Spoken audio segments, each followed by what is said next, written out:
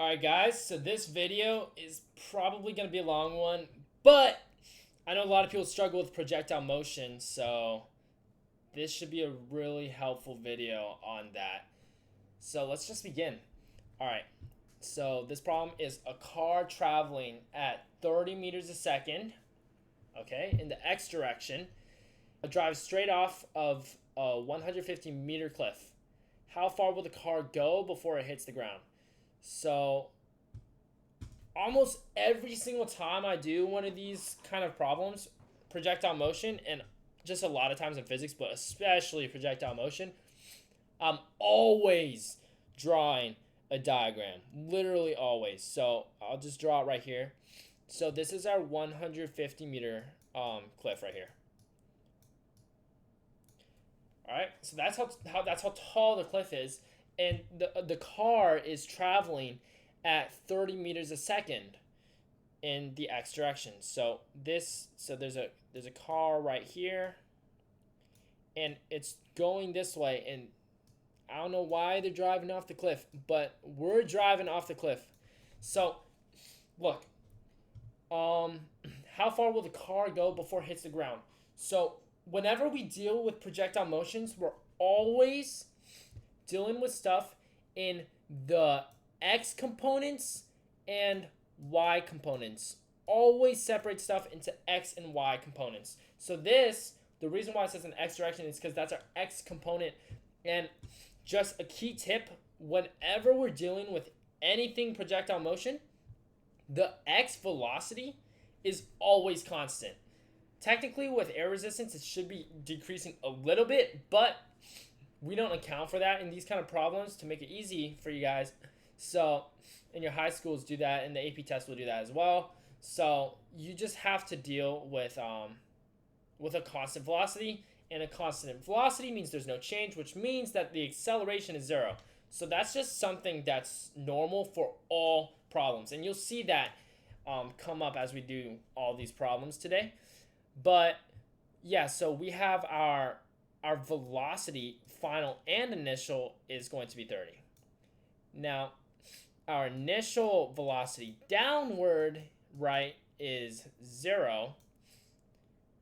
We don't know our final velocity. We could calculate it, but we're going to be lazy and not do that unless it asks us to, or if it's necessary. We know that acceleration is always negative 9.8 because of gravity, and that will always be your acceleration when you're going down unless it's thrown downward. Even if it's thrown upward, there's no acceleration. The acceleration downward is still negative 9.8. So, okay, how far will the car go before it hits the ground? So what we're trying to find is this. So this is going to, right, it's going to go like that, and then we're trying to find this change in x.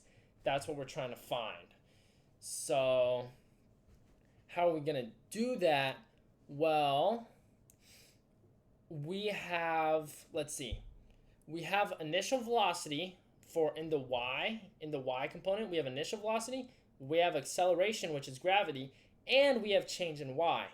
So what should we try to find? I don't think the final velocity isn't going to help us find the distance in the x component, because like I said, the x velocity is always the same, so we're not even going to be able to use that final velocity in the x component. But something that will always translate and is interchangeable between x and y is time. Time, once you get to a certain point, it doesn't matter whether it was going up or to the side, it reaches that point at the same time. So, like, for example, if we shoot something this way, the y component says it's doing that, and the x component is this, but once it reaches this point, it reached that point at one continuous time. So that's why we always use time as something that's just interchangeable between the x and y components. So we're going to use the y because we have more information on the y components to find time. So we're going to use this equation with no final velocity because it's just not necessary and we don't know it, so we're not going to solve for it. So we're going to change this to change in y is equal to vi times time plus 1/2 acceleration time squared. So this change in y is going to be 150 meters, right? And actually, this is the initial point at the top, and the final is at the bottom when it hits the ground. So because the final is lower, like it would be 0 meters, and the top, the initial is 150 meters, right? So final is equal to 0, and initial is equal to 150. Well, change in y is always going to be final minus initial, so it's 0 minus 150, which is equal to negative 150. So change in y is negative 150, okay? Sorry, I erased that, but I'll put it back. It's a negative 150. And this is equal to our initial velocity is 0, so 0 times anything is just 0, so we don't need to know time for that. And then 1/2 times negative 9.8, right? Make sure the negative, because, and the reason why gravity is always pulling downward, so that's why it's negative. It's actually a directionality thing. And t squared. If you wanted, so negative, you guys might think negative should mean you're slowing down. Velocity never signals whether something is speeding up or slowing down. That is just the speed and direction is going. Acceleration is, the negative also doesn't signal that it's slowing down. It signals direction, so either left or downward. The only way you ever get slowing down is if acceleration is less than 1. So like if acceleration is equal to like 1/2 or something, or negative 1/2, then it's always being multiplied by 1/2. So then like if 1 is multiplied by 1/2, then it's 1/2. And if that's multiplied by 1/2, then it's 1/4. So it continuously gets smaller, which is why you're slowing down. So if you guys didn't know that already, now you do. That's how you know whether you're speeding up or slowing down. If you're speeding up, acceleration is literally just the absolute value is over 1. So we just have to solve the math on this. So it's just negative 4.9 t squared is equal to negative 150. And we divide by negative 4.9. And t squared is equal to around 30. Right, and the reason why, because a lot of times people use, they'll just use 10. So negative 10 as your gravity. And if that was, it would be 10 divided by 2, which is 5. So this should be like basically 5. 150 divided by 5 is 30. But 9.8 is the more accurate number. And then time is always going to be a positive value. And when you're taking a square root of something, it always needs to be a positive value as well. So this ends up becoming 5.53 seconds. So this is how long it takes for the car to hit the ground. But that's not what the question's asking. It's saying how far will the car go. So we're finding this change in x. So we didn't finish the problem yet. So we found time, and a thing that you'll notice with these projectile motion problems is that they take a long time. They just take a long time. So you got to get comfortable with knowing how to do these. How far will the car go before it hits the ground? Well, now we're going to use the x component, right? So we can add t is equal to 5.53 as time. So now we just, and we know that acceleration is equal to 0 because like I said, this x velocity is not slowing down in the air. So the only thing we basically don't know change in x. So basically any equation works here. So we'll just use this because it's the easiest one. So change in x is equal to the average velocity times time. Now check this out. If the velocity is always 30, what's the average velocity? It's 30, right? So that's super easy. And then the time, we have it solved. So it's just, we plug that in, 5.53. And we multiply those together and we literally get our change in x. So it's super simple. And this is essentially 166 meters. And that is our change in x. That is how far the car goes before it hits the ground. Now, it's not how far the car traveled necessarily. The distance it travels is this like trajectory. but that's never really what it's asking. It's asking for how far basically it traveled from the cliff. So, and that would be our answer, 166 meters. If you got, my actual answer was 165.99, but yeah, so I just rounded up. But you should be able to get something similar to that. So, I know I did a lot of talking in that question, but these next few questions, I'll make sure to just go through the problem. You guys know how it's done, and I'll just explain it. All right, so a basketball is thrown at 15 meters a second at a 60-degree angle. So, sorry, I don't know how I misspelled it that bad. What is the basketball's maximum height? Okay, so this one, a basketball is thrown at 15 meters a second at a 60-degree angle, which means basically that's the velocity, 15 meters a second, and the trajectory is 60 degrees from 0, which is the ground. So, when we have a problem like this, we need to separate this velocity. So we're almost always going to have to do this, except for in the first problem, where we're separating this into x and y components, right? So remember, we did have x and y components, but we have to actually separate this one out. So, like this velocity. So this 15 meters a second, we need to separate into an x and y velocity.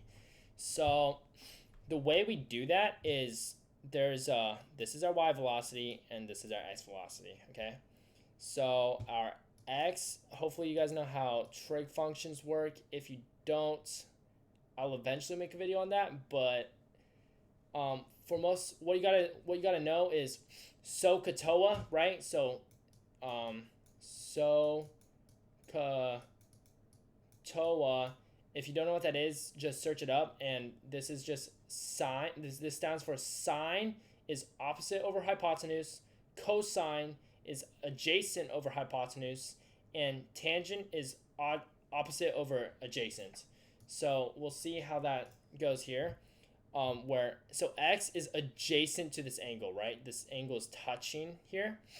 So because of that, it's adjacent, which means we're using cosine. So it would be adjacent over our hypotenuse because it's known, 15, right? We wouldn't want to use the opposite because that's also an unknown value. So we're just dealing with two unknowns, which means we can't solve it.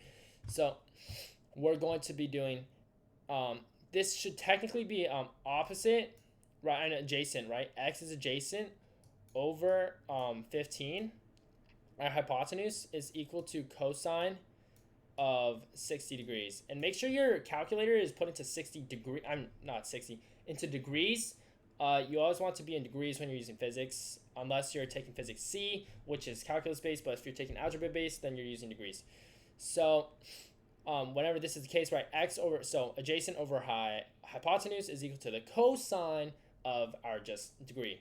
So now we want to isolate x, so we multiply 15 on both sides, and you'll see that we can get used to this format, and this is always going to be like our format where it's just x is equal to, whether it's cosine or sine, the degrees times the velocity. So this is y, which is now the opposite, right? Because it's the opposite of the angle. Y is equal to, so because it's opposite, it's sine of 60, and it's opposite over hypotenuse, right? So the 15 would go here, and we're just multiplying by 15 again, and multiply by 15 again. So when you start to get comfortable with these, then you don't need to always do this step right here where you do the y over 15. You can just write it as y is equal to sine 60 times 15, and x is equal to cosine 60 times 15. So now we have these components. Now we just have to plug in our calculator, and so make sure your thing's in degrees and solve for what these actual numbers are. So our y component is going to be around 13 meters a second, and our x component is going to be 7.5 meters a second. All right, so now we can write that here, right? So our initial velocity, I didn't give myself very much space on x, but our initial velocity would be 7.5, and our initial velocity here would be equal to 13. Now I didn't put an equal sign, right? So I know you guys can barely see that, but you guys see it on the screen. So we have our 7.5 and our 13 as our initial velocities, because that's the velocity it's being thrown at. Now, what is the basketball's maximum height? That, what we're looking for is a change in y. So that's what we're looking for, right?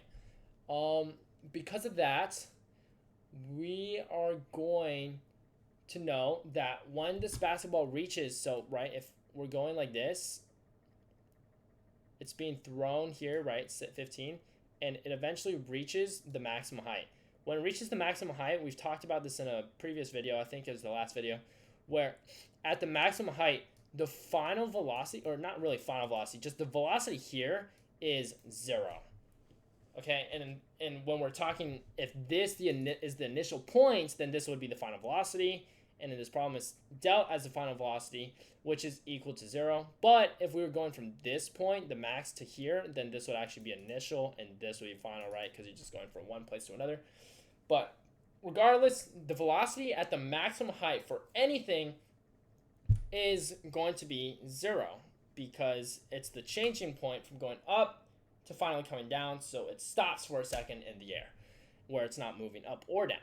So, because we know that too, where VF is equal to 0, and we always know that A is equal to negative 9.8, the only thing we don't know in this y component is time. So we're going to find an equation with no time, right? And we're going to use that to solve for our change in y. So it's just VF squared is equal to VI squared plus 2a change in y. Use y terms, right? So 0 squared is just 0. And when we have 13 times 13, that should be 169. And we're going to add that onto 2 times negative 9.8 times our, what we're trying to find, our change in y, right? So this is going to be 19.6, right? So this is negative 19.6. So it would be technically like this. And because of that, we're just going to add this 19.6 times change in y on both sides, right? So I'm just adding it. I'm not going to write it down again. So now it's 19.6 change in y on this side is equal to 169. We have to isolate change in y to solve for it. So we just divide 19.6 on both sides. And we get change in y is equal to 8.62 meters, which is going to be our answer for what the basketball maximum height is, right? And that makes sense, right? Like around 9 meters, that you're not really gonna, I mean, you can probably throw it farther than like 3 or 4 meters, but you're not going to be throwing it like 50 meters or 100 meters. So this is like a somewhat reasonable number, so you can be kind of like confident that this is the right answer. So let's go into the next problem. Alright guys, so a cannon fires a cannonball from ground level at 300 meters a second at a 30-degree angle. So immediately we will just draw our little cannon right here, and it shoots out this cannonball, okay? And we're from ground level at a 30-degree angle, right? So this was done at 30 degrees and shot at 300 meters a second. Sweet. So how far does the cannonball travel before it hits the ground? So this thing is going to follow like this kind of trajectory until we hit the ground, right? This should be more symmetrical. It's not. Sorry, I'm not a good drawer. But you get the point. And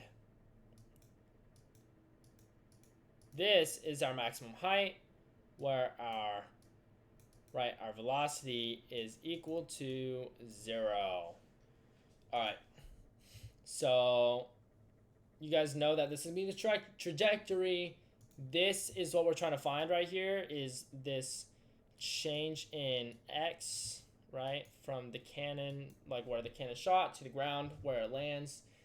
And that you know at the top that the velocity is going to be 0. So I'm going to erase this model because it just takes up too much space. And let's get to work. Okay, so how far does the cannonball travel before it hits the ground? So first, right, this is just our velocity, but we're gonna have to split it into our x and y components. So here, let's try our x and y components here this time and give ourselves a little bit more room. Okay, so x is going to be adjacent, right? So it's gonna be cosine. So x is just literally going to be equal to 300, because that's the hypotenuse, times cosine of 30. Y is just going to be the opposite, where y is the opposite side, so it's going to be the exact same layout, except we're using sine of 30. And don't just think that, oh, wow, there's a pattern. X is always cosine and y is sine. It's not always going to be like that, and I'm pretty sure we have a problem like that where it won't fulfill that prophecy in this video. But just don't make automatic assumptions like that. That's not how you want to think. You want to know that the y is opposite of this angle and the x is adjacent to that angle, right? So then we get x is going to be equal to, right, so an initial velocity, if we just plug that into our calculator, we should get our x as 259.81.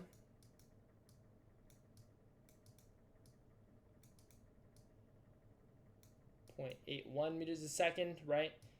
And our y velocity, if we plug it in, is just going to be a simple 150 meters a second. So that's our y there. So we see that x is actually significantly bigger than our y velocity. And so now what we're going to want to do is how far does it travel before it hits the ground. So we're looking for our change in x. We know acceleration is equal to negative 9.8. Now, when we draw this diagram where it's like that, right? And in the middle is the maximum point where the velocity is equal to 0. So from like A to B, this would be considered the final. But if we went from B to C, that's initial, right? I already talked about that. So actually what happens here is we need to split this problem basically into two parts, where first we're solving on A to B. Okay, so that's like the first like project is from A to B. So we need to find out how long it's going to take to go to there. So which means our final velocity right for now is 0, and we're going to treat it as 0. So what we're going to do is basically try to find how the time that it takes to reach that point. So we don't have change in y and we don't need it. So we're going to use this equation, VF is equal to VI plus AT. And like I said, time is interchangeable between two. So if time to reach that on the y component is like 2, then it's also 2 on the x component. So V of F is equal to 0, right? VI, we have to use the y component one, right? So 150. Make sure never to like use y and then use x in the same equation, because you'll totally get the wrong answer. And then you'll get negative 9.8 times time.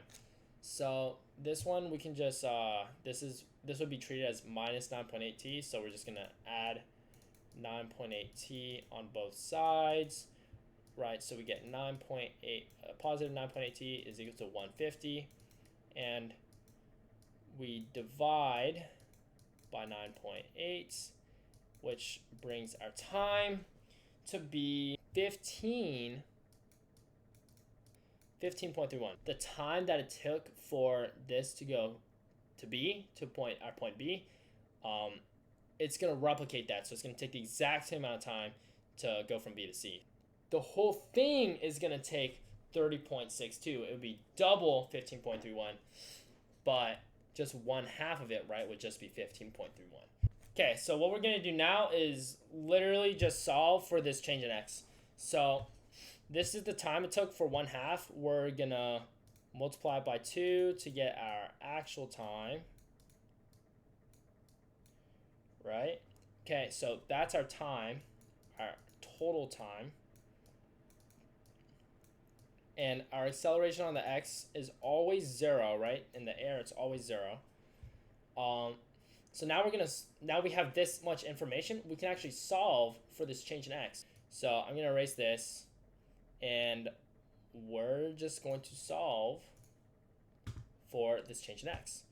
So let's go change in x. We're only going to want to use one velocity. We're not going to want to use two velocities. So change in x is equal to VIT plus 1/2 AT squared. So basically, this change in x that we're trying to find is going to be equal to 259.81, right? So that's our x component, initial velocity, and just velocity in general. Time is going to be 30.62 plus 1/2, and then times 0. So this whole thing just gets obliterated because 0 times anything is just 0. So it's literally just x is equal to, which would be actually this same thing right here. Change in x is equal to our average velocity times time, which is exactly what this would be. This equation is, and so we multiply those together, and then we get 7,955.38 meters, and that would be how far the cannonball travels before it hits the ground. So we just did that problem. Let's do another one. All right. So an artillery cannon fires an explosive shell at 500 meters a second at a 50-degree angle at a target along the mountainside 4 kilometers above the ground. So that's not 4 meters, that's 4,000 meters above the ground. Assuming the explosive shell travels beyond its maximum height, and what that means is, so to be honest, when I read this question first, I was confused. I was like, how do you travel beyond your maximum height?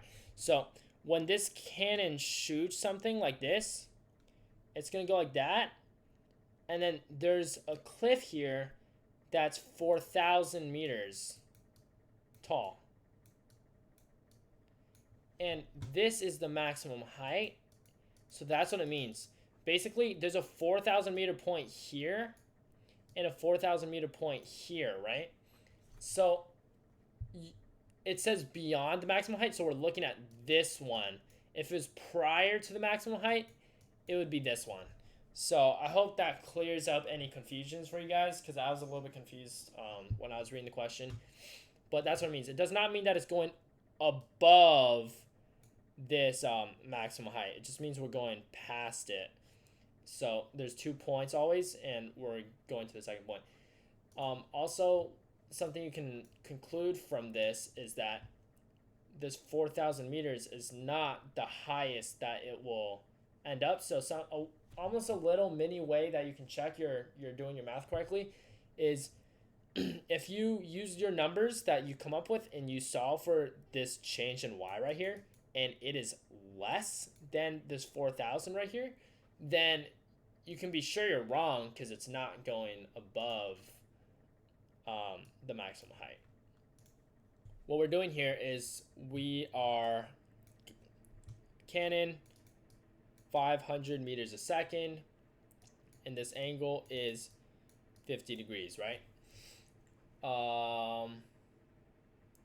Okay, so the x component, right? This one's adjacent again, so x would be equal to 500 cosine 50, and y would be the opposite, which is just going to be 500 sine 50, okay?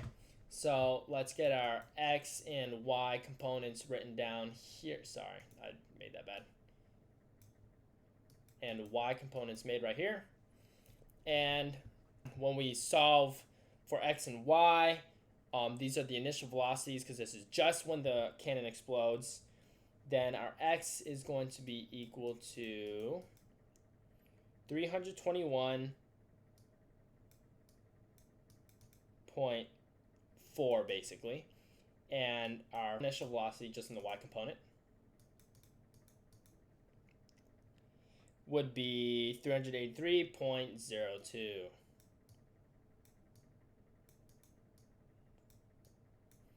All right, and those are both meters a second. It's all good. So those are our initial velocities, right? Now, we have these constants, right? So a is always equal to 0 on the x, and then a is always equal to negative 9.8 on the right. Sorry, that negative is so high. And then, so which means this final velocity here, everywhere, is going to be 321.4. Even after this maximum height, the x is still that. Same 321.4 roughly, right? You guys might have gotten something like 321.39. I rounded up a little bit. But we are trying to find how far would the, okay, so we're trying to find this change in x. How far it would have to be placed, right? So change in x is what we're looking for. So we need time because that'll be interchangeable and we'd be able to just solve for that. So what do we have? So we have here, so we're gonna need to find time that it takes to get to the maximum point, and then the time that it takes just to get to the 4,000 meters. Okay, so that's how we're gonna have to go about that. So once we get basically T1 in that zone and then T2 in this zone, and they're not gonna be the same because this doesn't go all the way and hit the ground, so it's not fully symmetrical. It stops at this 4,000 meter cliff. So these two times will be different, but once we get those, we add them, we have a total time, and then that time can be interchanged into here, and then we would have all the components necessary to solve for x, because it would just be time times velocity is equal to our change in x, and then we got the answer. So let's do that. I'm going to erase the model. I'm going to erase this. And so first we're just finding to the maximum point, right? So just up to here. So our T1 zone. So when we're finding that, we're using y where our final velocity is equal to 0.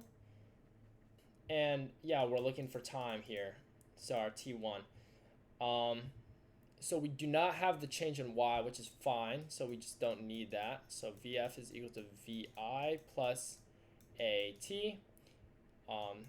wonky plus, but VF is equal to 0, VI is 383.02 plus negative 9.8 times time. So let's just add this on both sides, right? So we get a positive 9.8 T is equal to 383.02, and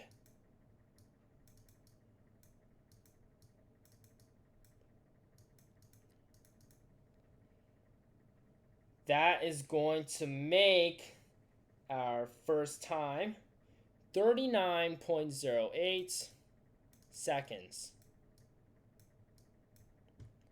So we can write that over here, 39.08 seconds, right? All right, so now we need to find time after. So we need to find our T2 zone, right? Our time 2, where this gets stopped at this 4,000 meter cliff. So to find that, now this point, we're going from B to C. This point is now the initial velocity. So we can change this to an I, and we can basically just ignore that velocity. So, because we're done with that now. We're done with that. So, we do not know final velocity here.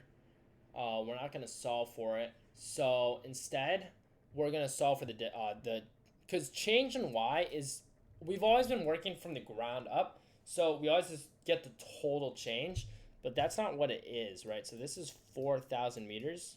So, we need to find this change in y, or really not change in y, that's just y, okay? And after we find y, we're gonna subtract this final point by the initial, so it's gonna get a negative change in y. Do you see what I'm saying?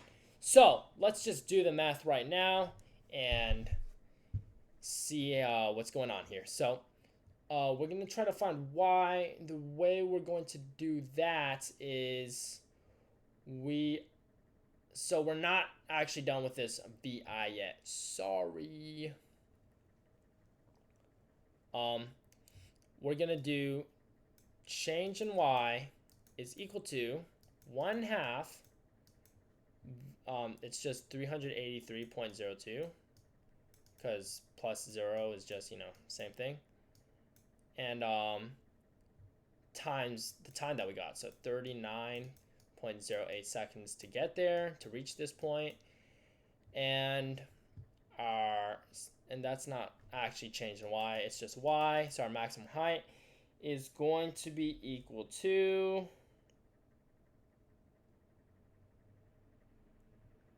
7,484.21 meters.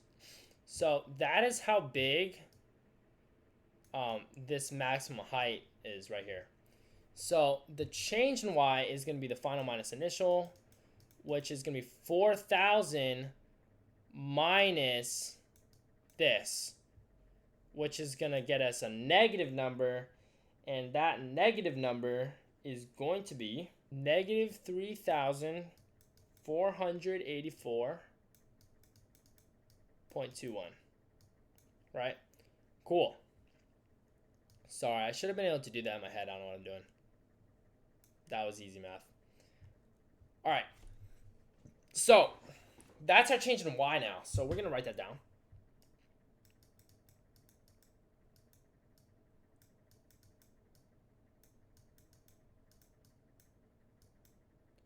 Right? So 3,484.21. Sorry, that 8 is super wonky and I didn't even get the 1 in there. Now that we have the change in y, we can actually find the second time zone. Sorry guys, these problems are just ridiculously long. Like, I wish I could make them more fun, but you guys gotta learn it, so I'm trying my best.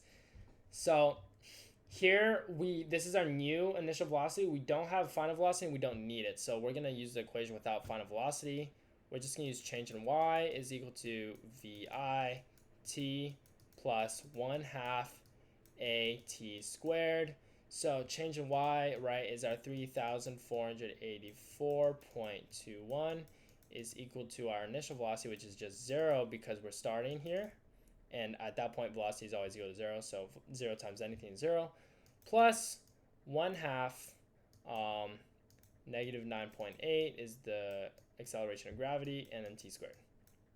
So because it's negative 4.9 t squared is equal to this, right? So just negative 4.9, divide that by a negative 4.9, and we get t squared is equal to a positive value. This can come down and basically be 711.06. We take the square root, and t is going to be equal to 26.67 seconds. So that is how long it takes for T2, and T1 is obviously bigger, which makes sense, right? If this was bigger, it wouldn't make sense, so we would know that we did something wrong. So now we have to add this onto our 39.08, and we get a total time of 65.746 seconds. So this, guys, right here, this is our actual time. All right, so now that we have our actual time that it takes to do this whole thing, on top of our other information right here, we can finally solve. So we're just going to do this equation. Change in x is equal to VIT plus 1/2 AT squared. Or better yet, let's not use that because the acceleration is always 0. So it's just change in x is equal to the average velocity times time. So it's just this times this. So big multiply, right? And that is going to equal 21,130.37 meters. So you guys might think that's a super big number, but if we remember, it reaches a maximum height of 7,484.4 and 0.21. So that's pretty damn high, and we're going past that. So this x meters actually does make a little bit of sense. It's obviously going to be a big number. It's not going to be 21 meters. And we're shooting this cannonball super fast at a pretty good angle. So I would say that this is in the realm of possibility, and this answer makes sense. Yeah, let's go to our next problem. All right, so an archer is standing on a 750-meter hill, right? So this is our hill, and right here it's 750 meters, and this archer essentially standing here fires an arrow at 100 meters a second, so here, and it's at a 30-degree angle. So this point is perpendicular to and parallel to the ground. Yeah, and this angle formed is 30 degrees. So how far in the x direction will the arrow travel before it hits the ground? So obviously this thing is going to have a trajectory like this, and then eventually it's going to, boom, hit the ground, and there's going to be a max height where the velocity is equal to 0. Right, and right here we're trying to find this, well, really the difference between all the way from that point all the way until it hits the ground, and that is our change in x. And yeah, so that's what we're trying to find. All right, so let's just jump straight into this problem. Okay, hold on, let's just keep this here for a second. So we know that this is 100 meters a second, and so we're gonna have to find the x and the y velocities, right? So y, this is the opposite of 30, so it's gonna be 100, and because it's the opposite, it's sine of 30, and this is adjacent to this 30-degree angle, so our x velocity, initial velocity, is going to be 100 cosine of 30. So we just split up our x and y components for initial velocity. So let's write those down. If we plug that into the calculator, here, that's too much space. Our initial velocity should be equal to 86.6 meters a second.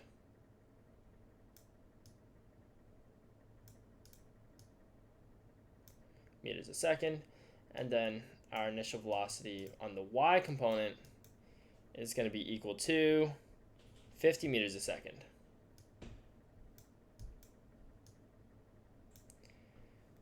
So our x is stronger than our y.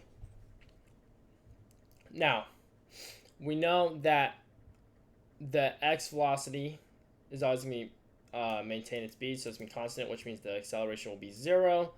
And y is always has gravity pulling down on it, so it's negative 9.8. So the acceleration of gravity in the y component. And then time is interchangeable between the two, and we have from the ground to where the archer is standing, that difference is 750 meters. But that's not the difference from the ground to the max height of where the arrow will reach. We're going to have to basically split this up into two parts again. So, right, when we go all the way over here and then we reach the ground, right, this point is going to be A. Now this point is, max point is B, and then the ground is going to be C. So we're going to have to find time 1, so this zone from A to B, and then time 2 from B to C, and then we're going to add those to find the total time. And then because we have the x velocity, we'll be able to find the x direction, how far it travels. So how do we go from A to B? Well, we know that from here, if B is the final point, then that final velocity is equal to 0. And so we do not have change in y right now, so we're going to use this equation up here to find time. So let's solve for t1 right here.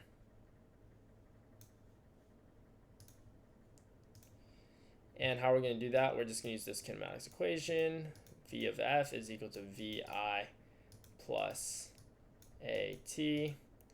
And this vf is equal to 0. Vi is, right, we're using the y component here, so it's going to be 50 plus negative 9.8 times time. So then let's just add 9.8t on both sides, right? So then we get not positive 9.8t is equal to 50.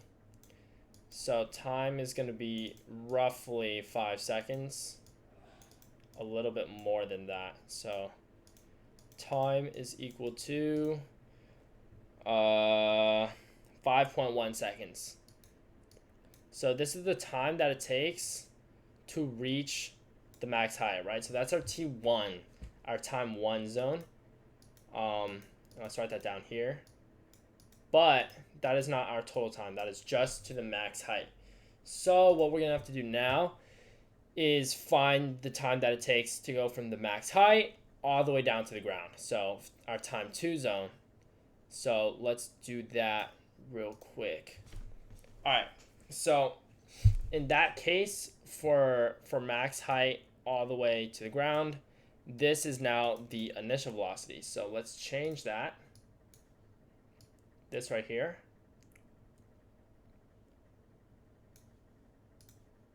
To the initial velocity. And now that's the initial velocity we're going to use. We don't need to use this 50 for now. So Vi is equal to 0. And we're going all the way to the ground. We do not know the final velocity right before the ball hits the ground. So because of that, we're not going to use final velocity right now. But hold on, we're going to need that. We're going to need that 50 because we don't have final velocity. We're going to need to find the change in y. So the max height. So our max height is going to be found using this, or how about we don't even have to use time. We can use these same and just do the equation with no time. So this would still technically be v of f. All right, so v of f squared is equal to vi squared plus 2a change in y. So we need to find that change in y. So 0 squared is just 0. 50 squared is going to be 2,500 plus 2 times negative 9.8 times change in y. So then this becomes minus 19.6 y, right? Change in y. Add on both sides, So then it's 19.6 y is equal to 2,500. And then we go like this to isolate y, or change in y. And so our change in y should be equal to 127.5. But obviously that's not the height of our maximum point, because this is significantly less than 750. So what this is the change in y from point A to the max height, point B. So we're actually increasing by 127.5. So we have to do this plus 750 to find our actual max height, which is going to be 877.5 meters. So this right here is our max height. Now, the reason why we want to know how big our max height is, because from our max height all the way down to the ground, that is our new change in y, right, from our B to C, so we can find the second time zone. So we need to use that for when we solve for time from B to C, because that is the change in y from B to C, if that makes sense. Hopefully that does. But yeah, so we're going from max point all the way to the ground. So this distance right here, this change in y is equal to the 877.5 right there. And so and then this initial velocity right here is equal to 0. Gravity is still negative 9.8, so we don't need this anymore. Now this is initial velocity, which is equal to 0. We have our displacement, and we have our gravity, and that's all we need. So now we're going to solve for time, and what we do not have is our final velocity. So we're going to do change in y is equal to VIT plus 1/2 AT squared. So this is going to be 877.5, but actually this is our final point, and this is our initial point. So final minus initial, it's 0 minus 877.5, so it's actually negative. And then this is going to be equal to 0 times anything is just 0, plus 1/2 negative 9.8, and then t squared. So this becomes negative 4.9 t squared is equal to this 877.5 right here. Let's just divide by the negative 4.9 real quick. And then our t squared will be a positive value, which is important because we can't square value negative numbers, right? So this comes out to be 179.08. When we square root that time, we get our actual time value, which is a positive, and time is always positive, 13.38 seconds. And that right there is our second time, right? So our second time zone. And that makes sense. It's much larger than our first time because it's traveling a greater distance, right? Because this only increased by, what was it, like 127.5 or something, but this is decreasing by the whole 877.5 because this started on a hill, but it's ending to the ground. So the second time should be bigger, and it is, so it makes sense. Now what we need to do is very easy from here. We're gonna add these times, right? So 5.1 plus 13.38, and that's going to be 18.48 seconds. So this right here is our actual time. We're gonna use this equation right here. Change in x is equal to our average velocity on the x component, which is just always 86.6 because there's no acceleration and this is a constant velocity, and then multiplied by our time right here, and then our change in x should be equal to 1,600.55 meters. And that is how far in the x direction the arrow travels before it hits the ground. All right, next example. All right, so a football player standing on a 500-meter hill. So let's just draw that right here, 500-meter hill.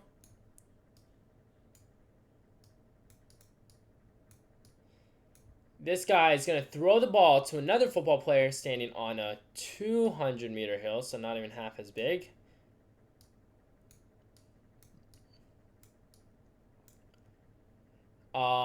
At 30 meters a second at a 30-degree angle. So this is going 30 meters a second into the parallel of the ground. It is going to be 30-degree angle. Assuming the ball passes its maximum height, how far apart are these two players, right? So remember we were just talking about this when so this is the maximum height right here, and it passes that point, right? So if it was to be prior, then it never would have even reached the maximum height, but it passes the maximum height, so that's what it means. It's not going above the maximum height, you know what I mean? That's not what's happening. So how far apart are these two players? So it's asking for this change in x right there. All right. So now that we know what's going on, let us get our x and y components necessary.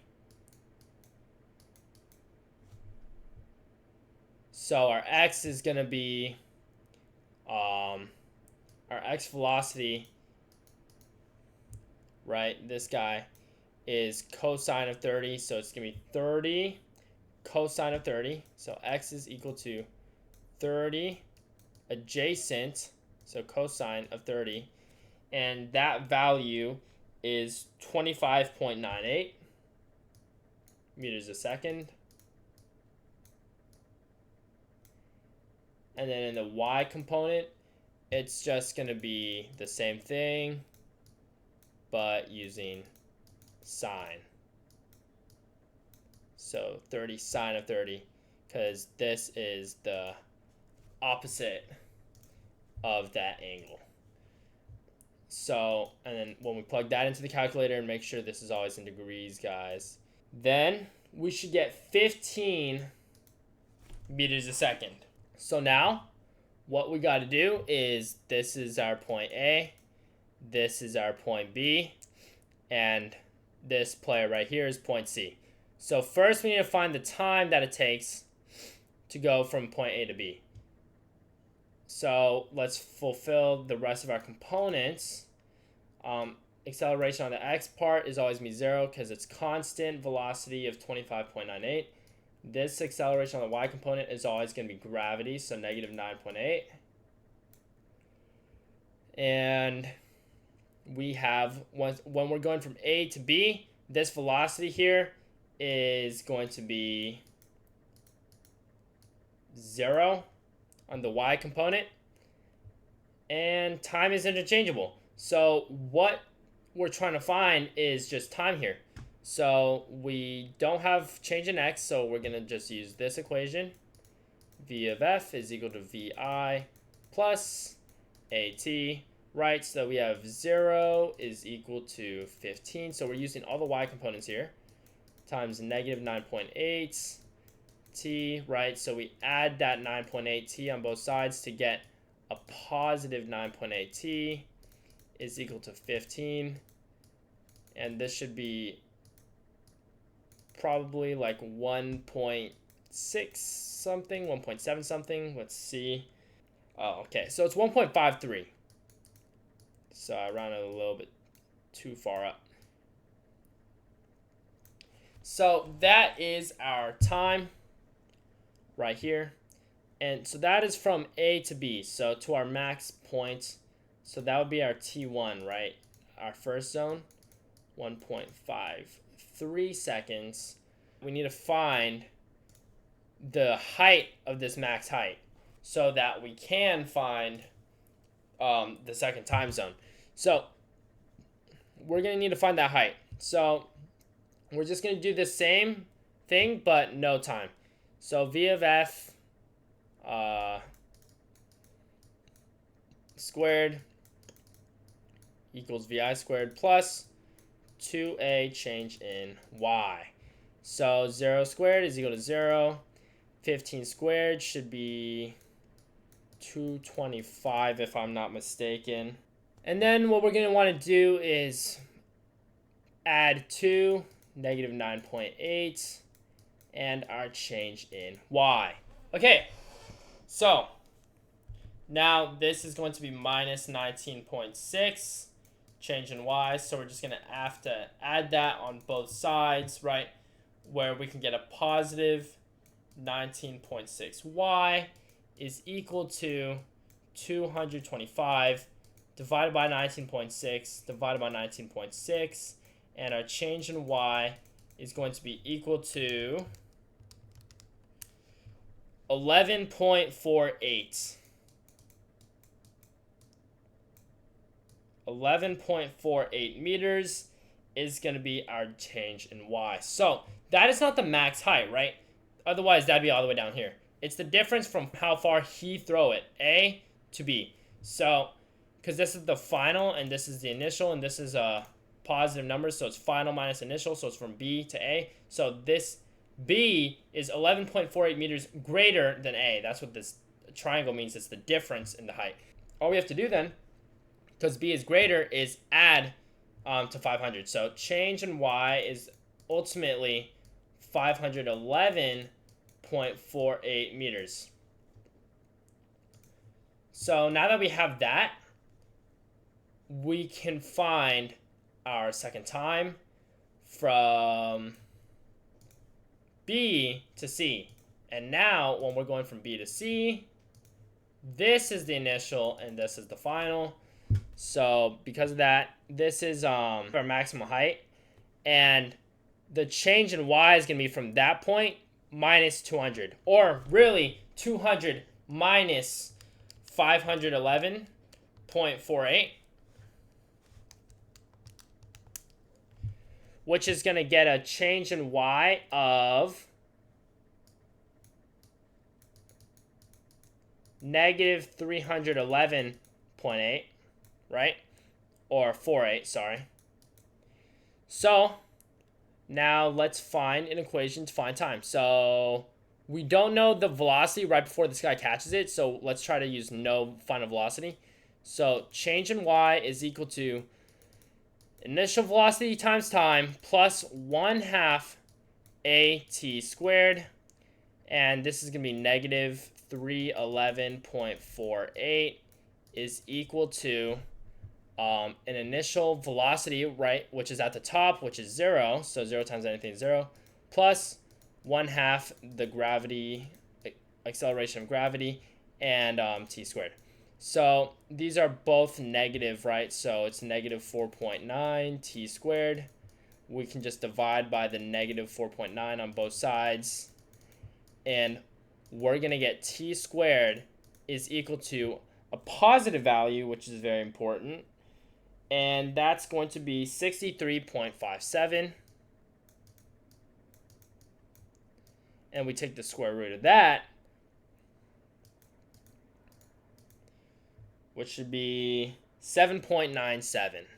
All right.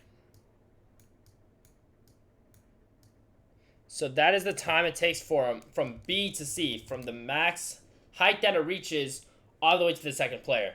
So now we are going to take this time and add it, right, since this is the second time.